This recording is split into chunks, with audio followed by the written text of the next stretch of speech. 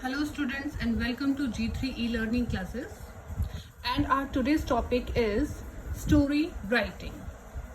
See, story writing is very easy to write और ये काम जो है आप बचपन से करते आ रहे हैं.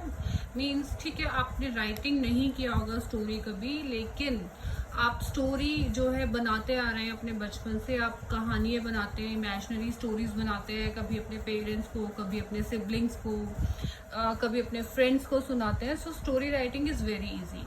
बट अगर हम बात करें एग्जाम पॉइंट ऑफ व्यू से, तो इसके लिए कुछ स्टेप्स हैं जो हमें ज़रूरी हैं याद रखने. और वाइल स्टोरी राइटिंग किन किन स्टेप्स को हमें याद रखना है and which steps we have to keep in our mind.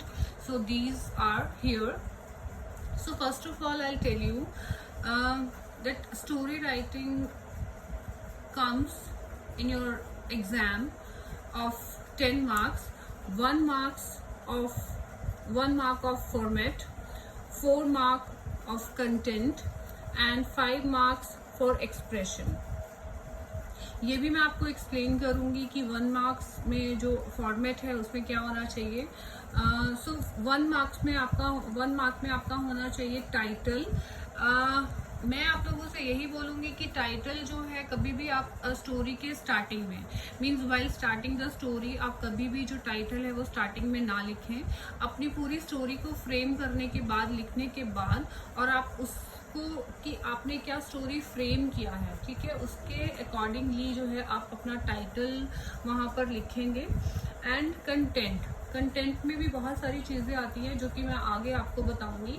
So first of all आपको क्या जो है माइंड में रखना है, दैट इज़ कि आपको जब क्वेश्चन आएगा स्टोरी राइटिंग पर, तो उसमें जो है आपको 2 या 3 लाइनें जो है वो क्लू की मिल जाएंगी, मीन्स दी जाएंगी, आपके क्वेश्चन में ही होगी. और मैं आपको एग्जाम्पल्स भी सेंड करूँगी व्हाट्सएप के थ्रू ब्रॉडकास्ट लिस्ट में, तो आपको आइडिया हो जाएगा. सो फर्स्ट ऑफ ऑल आपको जो स्टोरी आपकी स्टार्ट करनी है, जो क्वेश्चन में जो आपको क्लू दिया गया है उसी से आपको अपनी स्टोरी को फ्रेम करना है.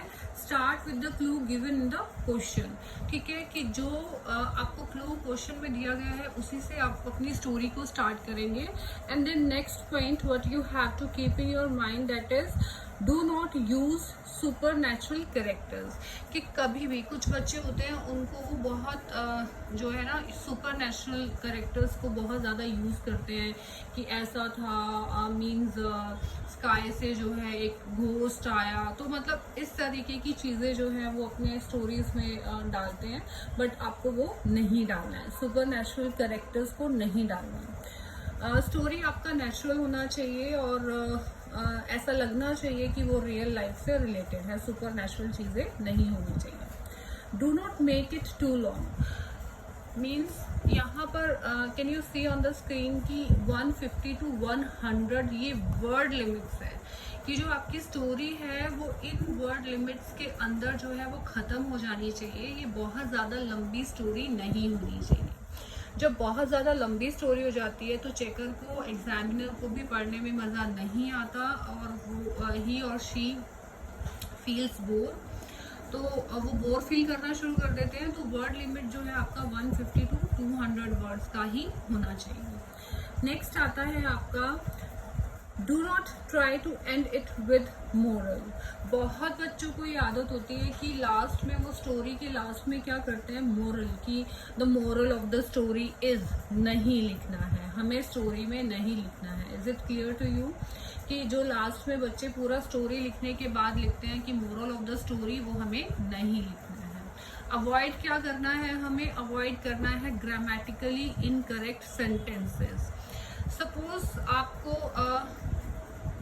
कोई सेंटेंस फ्रेम करने में प्रॉब्लम आ रहा है, मीन्स आपकी स्टोरी में जो आपने लाइन सोचा है कि आपको वो लिखना है, बट आपको ग्रामेटिकली उसमें लगता है कि यू आर नॉट श्योर, तो आप प्लीज़ वो ना लिखें. मैं board point exam point of view से बता रही हूँ कि आप वो सेंटेंस ना लिखो जहाँ पर आप श्योर नहीं हो. वो स्पेलिंग्स भी आप नहीं लिखेंगे जिन स्पेलिंग्स में आप श्योर नहीं हैं. आपको स्पेलिंग मिस्टेक्स भी नहीं करना है. यहाँ पर जो एक्सप्रेशन 5 मार्क्स मैंने लिखा है वो इसी का लिखा है कि ये जो 5 मार्क्स हैं आपके डिपेंड करते हैं कि आपका ग्रामेटिकल इनकरेक्ट सेंटेंस नहीं होना चाहिए, आपकी स्पेलिंग मिस्टेक्स नहीं होनी चाहिए, और दूसरा कि आपकी अंडरस्टैंडिंग कितनी है उस टॉपिक को लेके, जो क्लू आपको दिया गया है आपने उसको कितना अंडरस्टैंड किया। तो ये 5 मार्क्स जो है वो टोटली इसके ऊपर आपका डिपेंड करता है। नेक्स्ट पॉइंट है ensure clarity of plot. Okay, तो प्लॉट मीन्स जब आपने देखा कि आपको क्वेश्चन में जो क्लू मिल रहा है, राइट, तो उसको देख के आप अपना जो प्लॉट है यानी कि आपकी स्टोरी क्या होने वाली है ये ऑलरेडी आप अपने दिमाग में सोच के रखोगे कि ये जो लाइन मुझे दी गई है इससे मैं जो है ये स्टोरी फ्रेम कर सकता हूँ या कर सकती हूँ। ओके, और जो हाँ, इसके लिए आप मैं आपको क्लू दे सकती हूँ कि आप जो स्टार्ट है उसमें क्या करोगे आप कि आप एक हैप्पी स्टार्टिंग करो, देन उसके बाद आप क्रिएट करो प्रॉब्लम को। आपने स्टार्ट हैप्पी किया मींस आपने एक बहुत अच्छी सिचुएशन जो हैप्पीली जो चल रही है उसको आपने स्टार्ट किया, फिर उसके बाद आपने कोई प्रॉब्लम वहाँ पर क्रिएट की। ये सब चीज़ें आप पहले से अपने माइंड में सोच कर रखोगे कि क्या स्टार्टिंग होगी, उसके बाद आपको क्या जो है प्रॉब्लम क्रिएट करना है और उस प्रॉब्लम में कैसे ट्विस्ट लेकर आना है, ठीक है, और फिर उस ट्विस्ट के बाद उस प्रॉब्लम का सल्यूशन क्या होने वाला है। तो ये सारी चीज़ें आप अपने माइंड में सोच के रखेंगे and then you will end with the conclusion. तो मतलब यहाँ पर जो प्लॉट है आपको पूरा प्लॉट स्टोरी का बनाना है। सी बहुत सारी ना सिंपल स्टोरीज हमें अच्छी भी नहीं लगती हैं कि जो बहुत ही सिंपल वे में चलती हैं। कुछ ना कुछ एक यू कैन से कि एक माइंड में रहना चाहिए, एंग्जाइटी रहनी चाहिए कि आगे क्या। तो दैट इज कॉल्ड कि हाँ वहाँ पर पूरा प्लॉट आपको सेट करना है, राइट। फिर है logical sequence of the events, मतलब जो इवेंट्स है ना वो लॉजिकल चलने चाहिए। मीन्स मैंने पहले भी आपको बताया कि आप हैप्पी स्टार्ट करोगे, देन क्रिएट करोगे प्रॉब्लम, फिर उसके बाद प्रॉब्लम होगा तो ट्विस्ट आएगा, ट्विस्ट के बाद सोल्यूशन आएगा। तो एक सीक्वेंस जो है ना इवेंट्स का वो लॉजिकल होना चाहिए। ऐसा नहीं पहले आप ट्विस्ट दिखा रहे हैं फिर आप प्रॉब्लम दिखा रहे हैं अपनी स्टोरी में, नहीं। Well defined characters, well defined characters क्या है कि आपके जो करेक्टर्स हैं वो वेल डिफाइंड, कि उस करेक्टर का स्टोरी में क्या रोल है, वो क्या कर रहे हैं, मतलब ये कंफ्यूजिंग नहीं होना चाहिए, वेल डिफाइंड करेक्टर होना चाहिए। एंड देन प्रॉपर कंक्लूजन, आपने स्टोरी बनाई, आपने सोल्यूशन दिया और उसका पूरा प्रॉपर क्या होना चाहिए, एंडिंग होनी चाहिए। तो सिर्फ इतना ही है हमारी स्टोरी में, ये चीज़ें अगर आप ध्यान रखोगे तो आई अश्योर यू कि आपको फुल मार्क्स भी स्टोरी राइटिंग में मिल सकते हैं।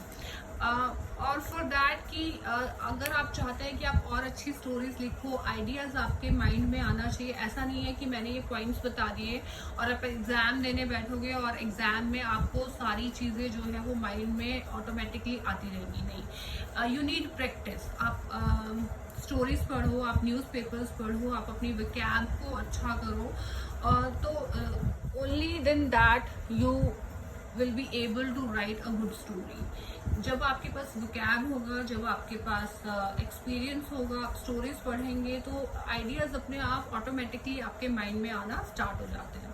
तो उसके लिए you have to work hard. और this is all about our story writing and I send you some examples of story जिस पे क्लू पे आप लिख सकते हैं। Thank you so much.